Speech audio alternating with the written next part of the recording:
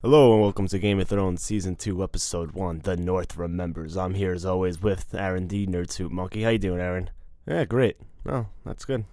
Really, seem enthusiastic. Alright, let's just get into the review. Now, this episode opens up with... Couldn't handle my role, huh? What? Couldn't handle the big boy pants. You wanted me to keep going? Well, we're done with Season 1. You forgot to mention that. We're moving on to Season 2. I didn't know the mic was hot. Just not a play-by-play guy. I didn't know there was a hot You're a mic. color guy. Yeah, okay. So never assume again, because assuming is the cousin of death. Nas said that. Illmatic. Or Yeah. Stillmatic. I'm not sure. Should do Trillmatic. Complete the trilogy.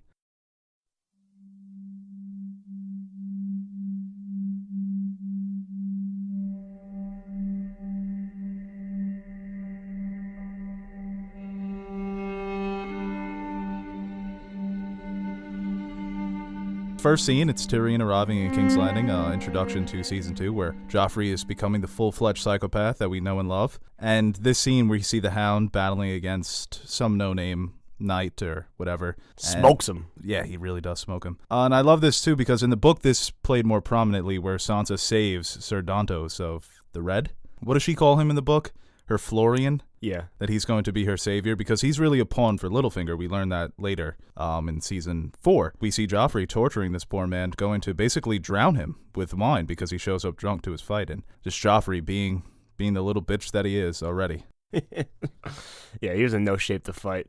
Even if he did fight, it probably wouldn't have ended well for him. He probably would have ended up more like the Hound's opponent. So maybe in a twisted way, Joffrey saved him from getting killed. But and I like how the Hound's kind of has Sansa's back there when she tells Joffrey it's bad luck to kill someone on your name day, and the Hound's like, yeah, it's true. He's like, oh, all right. Well, I don't want bad luck. Yeah, it shows that Sansa still has that warm heart, that she's empathetic towards people that could be considered common folk or peasants. And I love the way that Tyrion struts in. Yeah. And his introduction is, he's always got the best introductions because he has such a presence on screen. And he talks to Marcella and Tommen, and Joffrey says, oh, we thought you had died. And Marcella's like, I'm glad you didn't die. Even though Joffrey doesn't like Tyrion, his younger siblings still do. Back up a second. How did Meryn Trant know what Joffrey meant when he's like, gives Ser Dantos his fill? It's almost like they choreographed that. They're very connected. Yeah. They're like prime Jason Kidd and Vince Carter when Jason Kidd would throw him an alley-oop off the backboard. They're the 1-2 punch. It's like they rehearsed this sadistic torture methods. All right, when I say this, that's when you get the wine and shove it down someone's throat. It's like, how do you know we're going to be able to use this? Like, I'll find a way to use this. Yeah, that's right? like 10 minutes before the show. Like, if this ever... Like, oh, Meryn, here's our chance. Going back to Tyrion, his immediate sympathy towards Sansa. He knows, the struggle it must be for her, and he feels bad. And even Joffrey, when it says Ned's a traitor, and it's like, well, it's still her father. It's kind of like that conversation we had last season when we were talking about no one sympathized with Sansa, even though her father was a prisoner. And you see Tyrion offering her that sympathy, probably the first time she's received it. And she's trained to just say what Joffrey wants to hear. Yeah, I love the writing where Sansa's like, I'm still loyal to my Prince Joffrey or King Joffrey. And Tyrion says, of course you are, that you've been well trained. You know your manners. You know the role of a lady in this society. And Joffrey's like, why are you here? Tyrion's like, well, I have to get to work. And this next scene, the small council scene where we see the white dove sent by the Citadel that symbolizes that the seasons have changed. The long summer is finally over. And here comes the fall, I guess, the autumn in Westeros. Yeah. And they're discussing all the problems that are going on with the war, that refugees are flooding the city. They have nowhere to house them. They're talking about their food supplies, that they could support a 5-year winter, but after that, less peasants. Cersei's not really concerned about this. She's more concerned about the war. And then her world gets thrown into a loop when Tyrion struts in again, another great entrance, whistling the Rains of Castamere. She doesn't look happy. No, and he tells her, I've been named Hand of the King, and, he's become the most powerful person in that room. Well, yeah, because Cersei, in her mind, believes she should be Hand of the King. I'm assuming that that's what she thought her role was. Yeah. At this point going forward. Why would Tyrion be here? So it kind of throws her schemes on their head, knowing that Tyrion's going to have final say. And I love that line, too, which is like, how did you trick father into doing this? It's like, if I could trick father, I'd be emperor of the world. And he kind of chastises Cersei about, even though it's not really her fault, but the killing of Ned and letting Arya escape. The importance of those, if they had them, then the war's pretty much done. There's peace right there. There's Jaime for Ned and Sansa and Arya. But Yeah, and he tells her, how does it feel to be the disappointing child? And Cersei, for her, that's very important to basically be the next Tywin. She always felt like she should have been his successor, and she's failing her first test. And the look on Tyrion's face where he's loving it too. Because to Tyrion, yeah, he'll take it seriously, but it is a game to him. Like he said, I'm glad that I'm alive because there's so much excitement going on in the world. And also in this next scene, we see Bran taking on a leadership role. A lot different from Tyrion. Obviously, he's kind of like the de facto Lord of Winterfell. But it shows that even when the man calls his brother Robb instead of King Robb, he's quick to correct him. You could also see Maester Luwin, the loyalty that he has to the Stark family. Yeah, it's nice to see him. He kind of evolves more later on in the season. Like, you could tell, like, he's bored with it. Like, he's not really that interested. And Mason Lewin is kind of pretty much doing all the hard work. Yeah, he's really in charge. Like, he steps up and gives him, 4? It's a great father-son relationship, too. Well, yeah, he's his only guardian at this point. Yeah, he's kind of like the grandfather for the Stark children. But like you said, Bran does evolve into the role where, he's a 10-year-old kid, still very mature for his age, and I think that's just the times. In medieval times, you had to grow up quicker. 16-year-old brother Robb is fighting a war. When I was 16, I was getting suspended from school for stealing a calculator. This kid was fucking fighting a war. Major difference between now and medieval times. Oh, yeah, I wouldn't last. And this next magical scene where Bran... Is this his first wolf dream? Of the show? Did he have one in season 1? Can't really remember. I think it's the first time we see it. I think he's had it before, but the first time we get the perspective from Grey Wind. And Summer. We see the Red Comet. Yeah. And I love this too in Game of Thrones, that prophecies, everybody has their own idea of what the Red Comet symbolizes. Is it Lannister red? Is it the blood of Ned Stark? Does it symbolize the old gods, the new gods? Does it symbolize dragons? And I love that line from Osha, where he's just like, Red Comet in the sky only means one thing. And Bran's like, all the dragons are dead. Little does he know. We have Daenerys over in Essos. And I love the transition too, that from season 1 to season 2, they kept all the outfits the same, all the characters look the same. They're all rugged and dusty and gross and disgusting. I love the shots in this episode, too, when they pan up to the comet, and then they pan down, and it's a different... Yeah, different perspective. Yeah. And Daenerys, I love the CGI dragons here, too, because I think that gets... Well, I think in later seasons, too, the show's become so cinematic that we appreciate it even more. But even in these earlier seasons, the CGI looks really good. The dragons look very realistic. And it's cool to see them. I always... When people don't like fantasy and they're reluctant to get into Game of Thrones, and I don't like dragons and wizards, it's done in a very realistic way. The dragons are like cats. They don't play a role until, I would say, season 3 and 4. Yeah, and how many times do we really see them fight in battle? It's a handful of times. It's more the threat of dragons and, like... It's what they symbolize. Yeah, and what they could be rather than power. Just the dragons themselves. And we also see in this scene the death of Daenerys' horse, Silver, which was given to her by Drogo as her first gift. And it kind of symbolizes the death of her innocence. She's no longer a kid. There's nobody really there to protect her anymore. She can't look to Drogo or the Khalasar. She has to be that leader, that strength. She is in the position of power because of the miraculous thing she did at the end of season 1, where people look to her to be the strength, to be the protector. And it's a very vulnerable position to be in.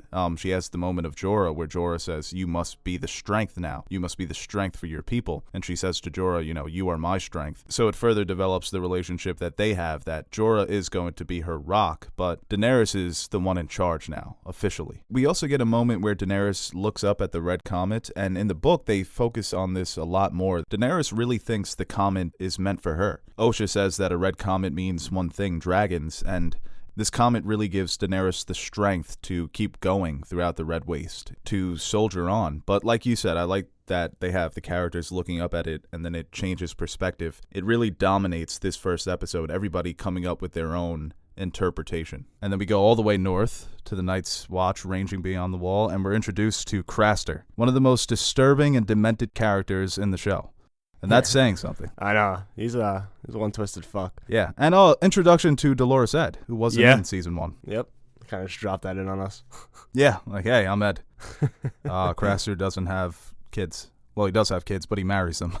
Bunch of daughters and wives. What does he do with the sons? Yeah, and I like that nice little hint. Well, Dolores says that all the wildlings are gone. Craster's still here. He must be doing something right. We know what he's doing. Yeah, we know what you're doing, you old fuck. Yeah, you slick bastard. You ain't slipping it by us. Making a deal with the devil. Well, Jon is the first one to catch that, too. Shows how clever Jon is. And when he meets Craster, he's not afraid to go back at him. Yeah. But Craster he is just one disturbed individual. You just tell him no one fucking likes him. Yeah. They just need a place to stay. But he does help them out, and you see Gior dropping knowledge on Jon after. Yeah, where he says, "Who am I?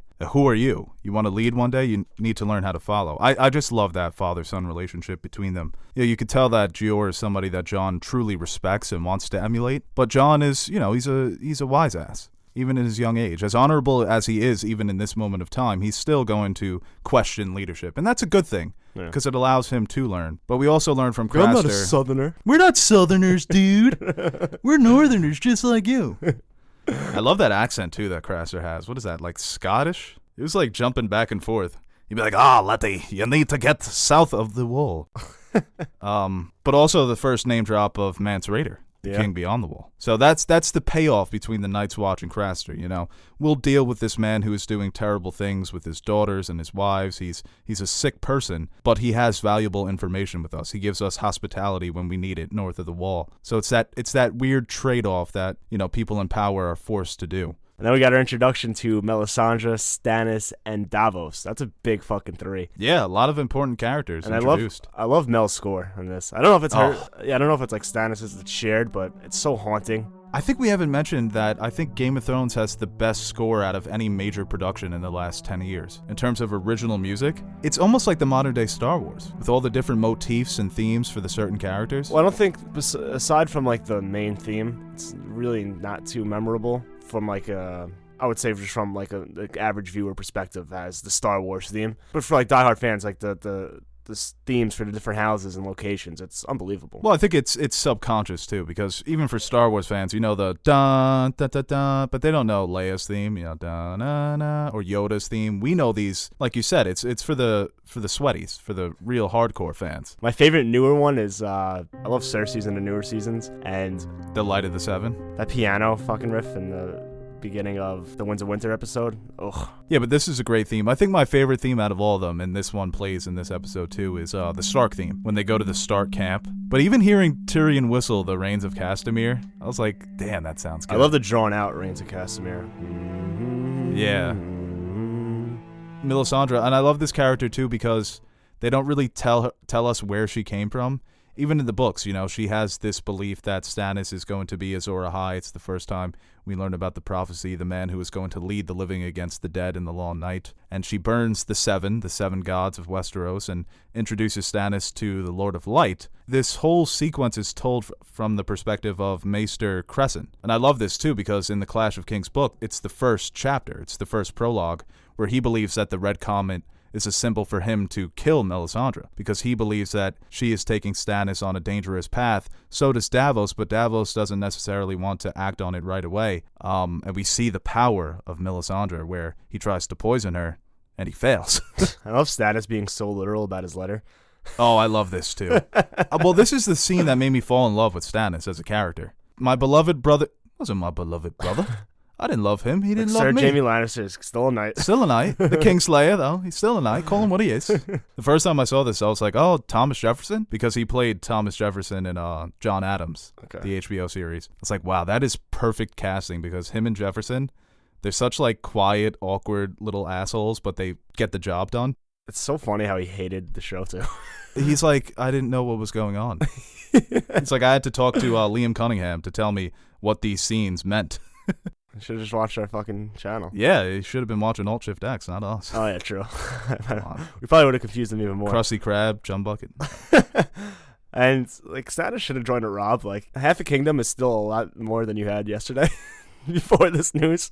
I don't know. I think this is the leadership Westeros needed. He's like Robb Stark, Renly, Joffrey. They'll bend the knee or I'll destroy them. But I like that. Without this news, he's what? He's just Lord of Dragonstone, and, he just goes on. He is the rightful king, though. I know, but you weren't expecting to be king. And now that you have a claim, maybe just half is fine. Well, I think it's interesting, too, the relationship between Stannis and Melisandre, because this is an individual who's been underappreciated, who's been looked over for his brother, for Renly, for Robert, that he's susceptible to this manipulation from Melisandre, who tells him, hey, you're the chosen one. You should be king. You're the savior that was born to us, that's going to lead the living. So it makes sense that he would be gullible and that he would have this shared delusion with Melisandre.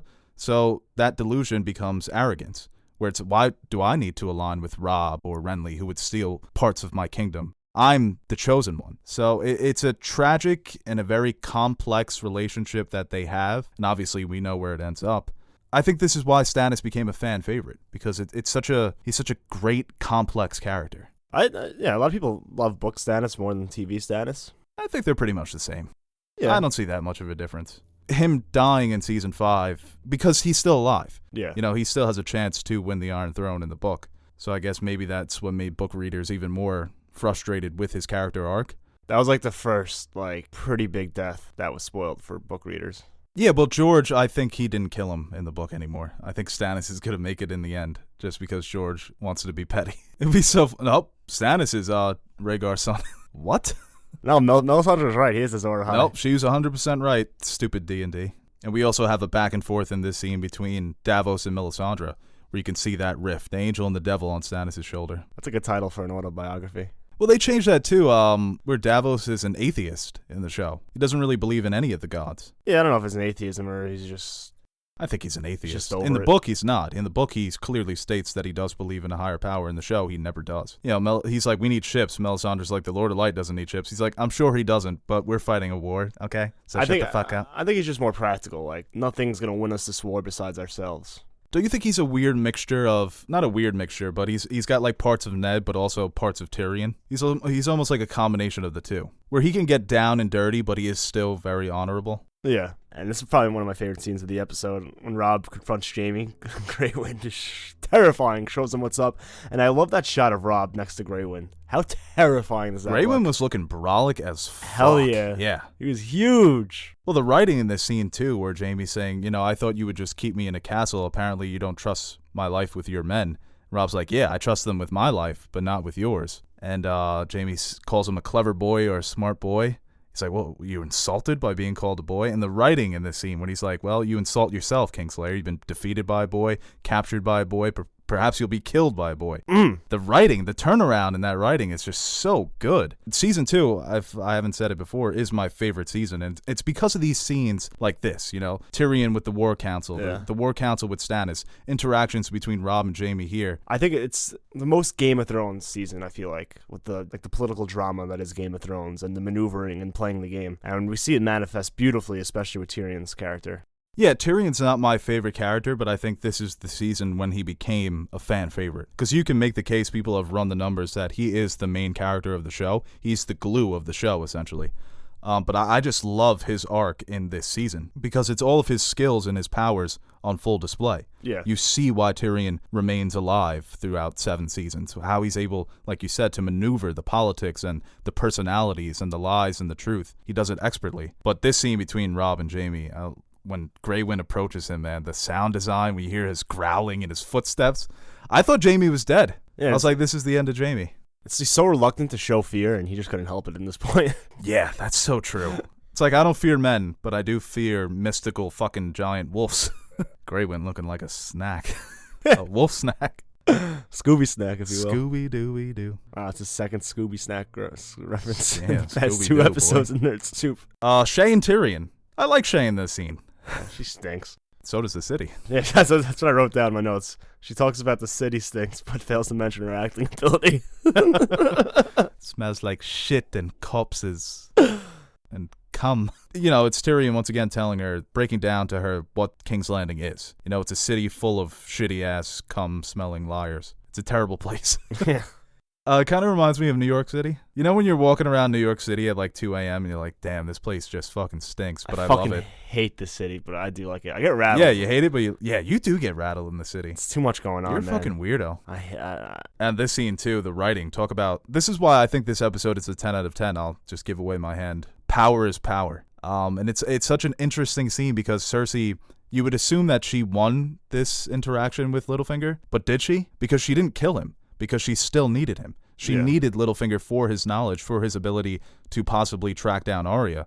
And he's such a valuable ally for them, even though he's still working for himself. But what he does later in the season with Catelyn, how he's able to manipulate her as well when she goes to the Stormlands. It's interesting, too. You think this is what caused Littlefinger to deepen his voice? He needs to be more aggressive? Oh, yeah, you think so? This is when Littlefinger got to this octave. Yeah, it's like, wow, I gotta change something. Knowledge is power. Well, that accent is constantly changing, so. No, it's a great scene. I love Cersei in this scene. Just the ultimate power move. Just letting him know at any time I can have you killed. Yeah, and I like the way that they trade the histories of each of their upbringings, Cersei saying, I heard a tale about a young boy who was raised in a great house, and he had eyes for the older sister, but she never wanted him. He's like, yeah, I hear you, fuck your brother. Oh, yeah, bitch? I got some dirt on you, too. Yeah, it's such a great scene, and not a scene that we see. Do we see this in the book? No, I don't think we do. Yeah. We don't have any other perspectives. Right, yeah. Maybe we get the perspective of the little kid who was washing the floor. That's a great shot, too, Littlefinger. That's where he basically came from. Not necessarily a peasant like that, but he comes from such a minor house. And it's probably one of Varys' little birds. Like, boy, do I have a story to tell you. Like poking him, like, I saw what happened. You pissed your pants. And here we have Robb offering his peace to House Lannister, and obviously they're absurd terms because he knows they're not going to agree to them. But I guess that's the art of the deal. Make ridiculous terms and then see what they give you back. And he has that conversation with Theon where Theon convinces Robb to allow him to go to the Iron Islands and talk to his father, Balon Greyjoy, to acquire their ships. Because the Iron Islands, they're known as sailors. They have the Iron Fleet. They have the strongest navy in the Seven Kingdoms. And I guess it's a wise move, but Catelyn does caution him against it. Theon makes the case that I'm Balon Greyjoy's oldest living son. He'll listen to me because I'm his only son. Little does he know that Balon Greyjoy has become a nutcase. Which always was. He doesn't really know him. Yeah, he was so young when he left. I do think his intentions were sincere here. He was just trying to help, but once he gets back, and it's that longing to not having his father and wanting to be have his Greyjoy identity restored, that he believes his father to be this man that he's not, just some awesome general, like a kind man, like an honorable man. But I think he feels like he wants his father to be who Ned was to him. He says, I'm not a Stark. He clearly is, though, because he's been raised by the Starks. So even though he's got that Iron Island personality to him, he's been molded by the honor of the North. So he presents himself as a Greyjoy, but he's really been molded more by the Starks. So he really doesn't know what he's in for when he travels back to the Iron Islands. And Catelyn cautions Robb against it. And, this is where we can see the weakness of Catelyn, where Robb tries to tell her that the war has become so much more complex than trading Jaime for Arya and Sansa. And Sansa, her judgment is clouded by her daughters and the fate of her daughters. She says, what are we fighting for if not them? And it's tough, it's when war becomes personal, because that's really what started this all. It was just a conflict between two families. It's a tough choice. It's just that mother's love, that's her main focus. Whereas Robb's has so many other things going on, where he's trying to maneuver between getting his sisters back, winning a fucking war, avenging Ned. There's a lot on his plate, and he also sends Cat to negotiate with Renly. Yeah, those are great scenes when Catelyn goes to negotiate. That's why I like season 2, because like we said, it's all the negotiating and the maneuvering. And this next scene we have this altercation, not really an altercation, but between Cersei and Joffrey, this discussion where they're talking about King Robert's bastards. The line that Joffrey says to Cersei is like, I'm asking you if father fucked other women when he got tired of you. And that really hits a vulnerable spot for Cersei, because we learned in season 1 that did affect her. That really did bother her, that she was never enough for King Robert, and she smacks the shit out of him. Those Lannisters, they love smacking the shit out of Joffrey. Well, he says, he means it too, don't let it happen again. Did. Yeah. It's punishable by death. And do you like this change from the book? Joffrey ordering the It was Cersei in the book, right? Yeah. I do, because I think we've always said that the show presents Cersei to be smarter than she is in the book, because it's presented as a dumb move in both the book and the show, where Tyrion in the next episode tells her, what are you, crazy? Why the fuck would you do that? The people are already against us, and then you go around slaughtering babies. It always reminded me of the plagues of Egypt, when that boy Moses was like, yo, all your kids are dead, son. If you don't throw down your swords and run with my God, boy. So when I first saw this, it was such a dark scene. When they have the army, going into the Littlefinger's brothel, and they take the little baby and they kill it right in front of the mother. They're drowning the kids. They're looking for Gendry. Do I like the change? Yeah, I do like the change, because I like Cersei when she's smarter. Because in the books, she's so erratic, it would be something that she would do. It's such a stupid decision. Well, I guess from Joffrey's perspective in the show, it's kind of like, he mentions that he heard the rumors, and, it's kind of like, well, just in case they're true, Oh, the rumors about Cersei and yeah. Jaime, yeah. Like, just in case they're true, take out any contenders for the throne. Yeah, I got a contingency plan here. Right. Do you like the change? Yeah, I do. I think it presents Cersei as a more likable character. Right, that she wouldn't even stoop Yeah. this low. And from Joffrey, I mean, it's dark when you see it, but it's not the most ridiculous thing to do when you're in war. I can understand, obviously I wouldn't do it, and I think it was a really dumb thing to do, but it's not so ridiculous to think that somebody like Joffrey would do that. Yeah, you know? For the record, Nerd Soup is against mass slaughter of illegitimate children. Yes, that is true. Okay. Nerd Soup 2020.